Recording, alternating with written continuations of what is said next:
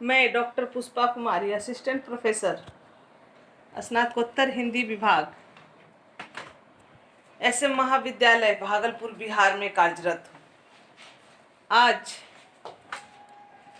तिलका मांझी भागलपुर विश्वविद्यालय भागलपुर के स्नातकोत्तर हिंदी चतुर्थ सेमेस्टर में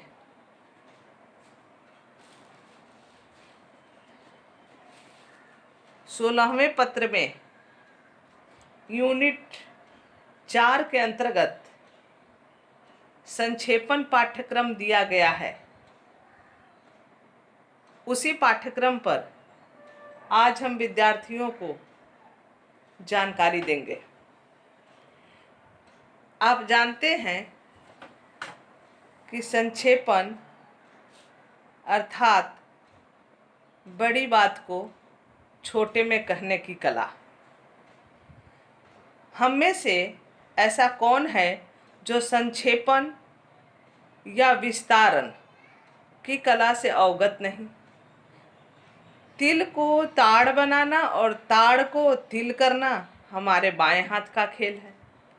हम मनोनुकूल बातों को सुरसा विस्तार तथा इच्छा विपरीत बातों को मशक रूप दे डालने में तो माहिर होते ही हैं। बात रही संक्षेपण की शास्त्रीय, ज़्यादा अच्छा कहे तो परीक्षापयोगी विधियों की, तो संक्षेपण के 2-4 नियम हैं जिन्हें जान लेना आवश्यक है। संक्षेपण के नियम।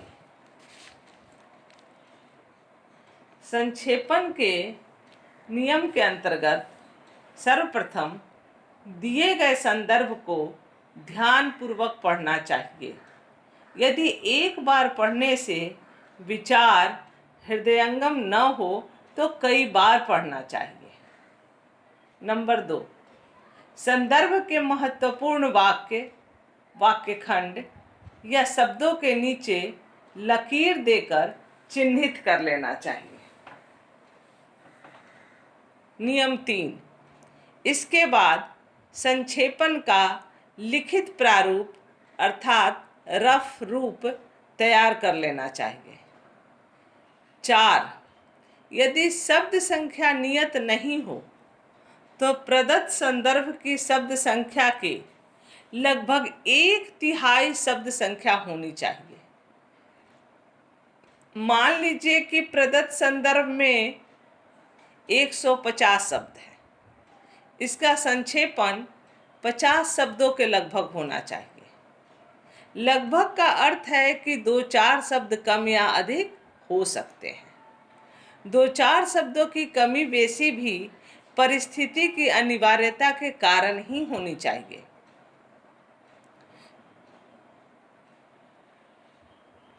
नंबर 5, संक्षेपण का अर्थ यह न समझना चाहिए कि यह मूल संदर्भ का केवल कायिक संक्षेप है, अर्थात जितने शब्द हैं उसका केवल 1/3 कर देना है। संक्षेपण सार लेखन है।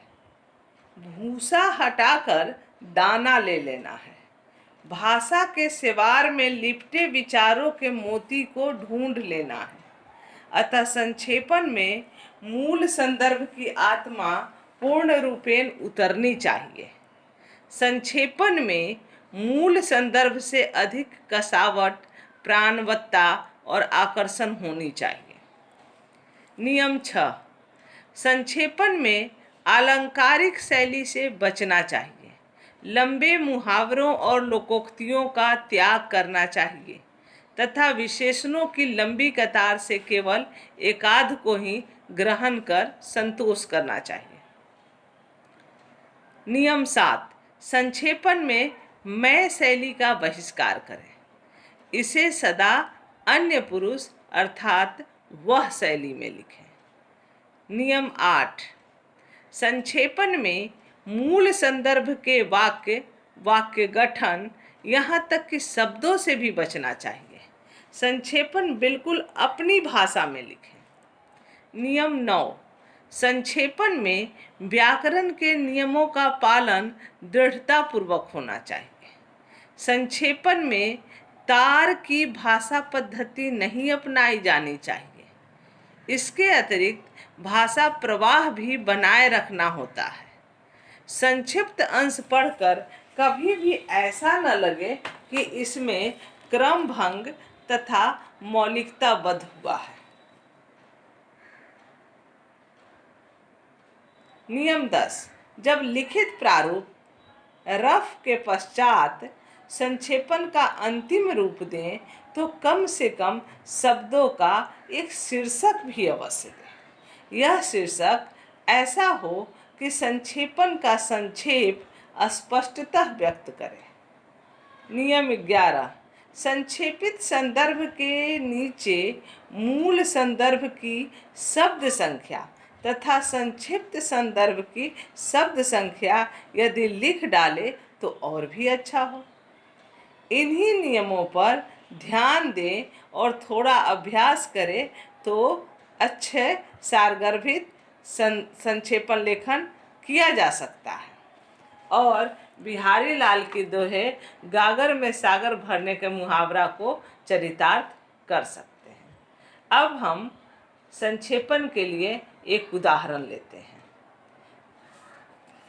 उदाहरण में एक प्रसंग दिया गया है जो 138 शब्दों का है और यह प्रसंग किसी भी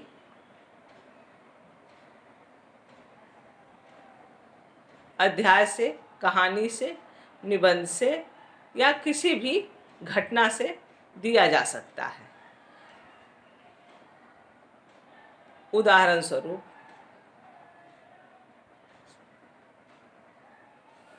राष्ट्रीयता के विकास के लिए भाषा एक अत्यंत महत्वपूर्ण तत्व है। भाषा ही एक ऐसा साधन है जिसके द्वारा मनुष्य, मानव समुदाय अपने भावों को एक दूसरे के सामने प्रकट करते हैं। जिस प्रकार पहाड़, नदी तथा समुद्र मनुष्य के आपस में मिलने जुलने में रुकावट पैदा करते हैं, वैसे ही भाषा की भिन्नता मनुष्यों में पारस्परिक संबंध स्थापित करने में बाधक होती है। मनुष्यों के विभिन्न समुदायों के अपने अपने आदर्श, विचार और अपनी अपनी भावनाएं होती हैं, जिनकी अभिव्यक्ति भाषा द्वारा होती है। संगीत और साहित्य की अभिव्यक्ति का साधन भी भाषा ही है। भाषा एक ऐसा साधन है जिससे मनुष्य एक दूसरे के समीप आ जाते हैं, उनमें घनिष्ठता स्थापित हो जाती है। यही कारण है कि एक भाषा बोलने वाले लोग परस्पर सहानुभूति रखते हैं।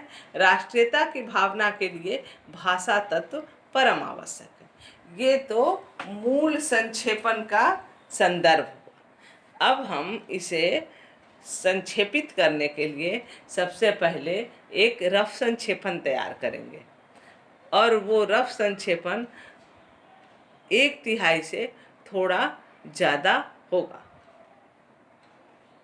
अब रफ संक्षेपण इस प्रकार: भाषा एक ऐसा साधन है जिसके द्वारा मानव समाज अपने भावों को दूसरे के सामने प्रकट करता है। भाषा की विभिन्नता मनुष्यों को पारस्परिक संबंध में बांध नहीं पाती। विभिन्न समुदायों के मनुष्य अपने आदर्श तथा विचार भाषा के द्वारा ही व्यक्त करते हैं। एक भाषा रहने पर जो घनिष्ठता होती है वह अनेक भाषा रहने पर नहीं। राष्ट्रीयता के सूत्र में बांधने के लिए भाषा सर्वाधिक महत्वपूर्ण तत्व है। ये जो हम रफ संक्षेपण तैयार किए उसकी शब्द संख्या 70 है और हमारा जो प्रश्न के रूप में संक्षेपण दिया गया है उसकी शब्द संख्या 138 है, अर्थात लगभग आधी। किंतु अब इसका हम एक अंतिम रूप, एक फेयर संक्षेपण तैयार करेंगे जिसमें एक शीर्षक भी होगा और मूल शब्द के साथ साथ संक्षेपित शब्दों की संख्या भी दाहिने साइड में लिखा जाएगा। जब हम फेयर संक्षेपण तैयार करेंगे तो उसमें शीर्षक ऐसा देंगे जो छोटा हो, सारगर्भित हो और विषय को केंद्रित करता हो। अब हम इसमें संक्षेपण का शीर्षक भाषा की महत्ता देंगे। संक्षेपित शब्द 49 है।